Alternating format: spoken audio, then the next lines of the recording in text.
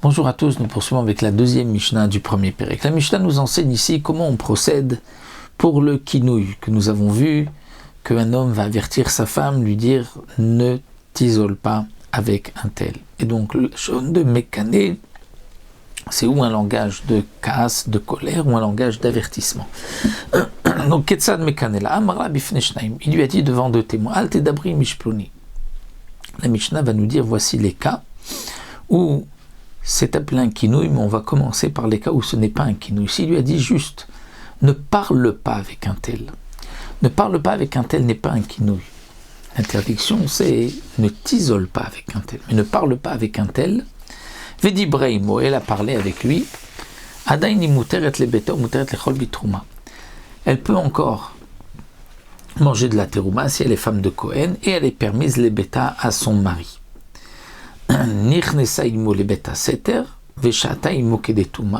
Si elle s'est isolée avec lui, elle est restée le temps kedetouma d'une impureté, c'est-à-dire le temps d'une relation.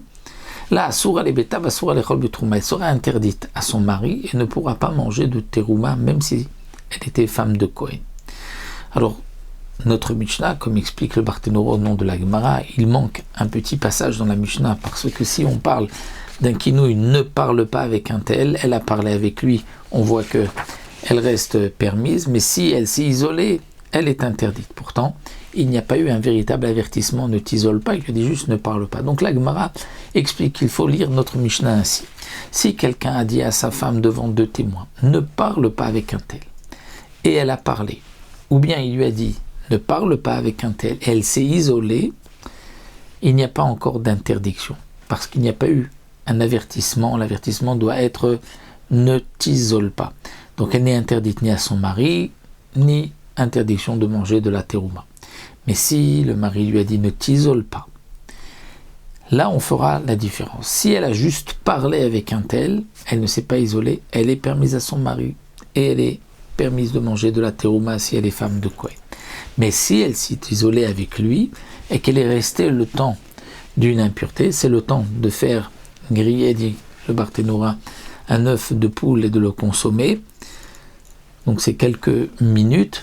Dans ce cas-là, elle serait interdite à son mari et elle serait interdite de manger de la terouma si son mari est Cohen, parce que il y a eu un kinouï, il lui a dit ne t'isole pas et elle s'est isolée. Ve'im met. Et si son mari est mort avant qu'il ait pu lui faire boire et il n'avait pas eu d'enfant avec cette femme, choletzet velomitia bemet, elle devra faire khalitsa avec le frère de son mari, mais elle ne fera pas de yiboum.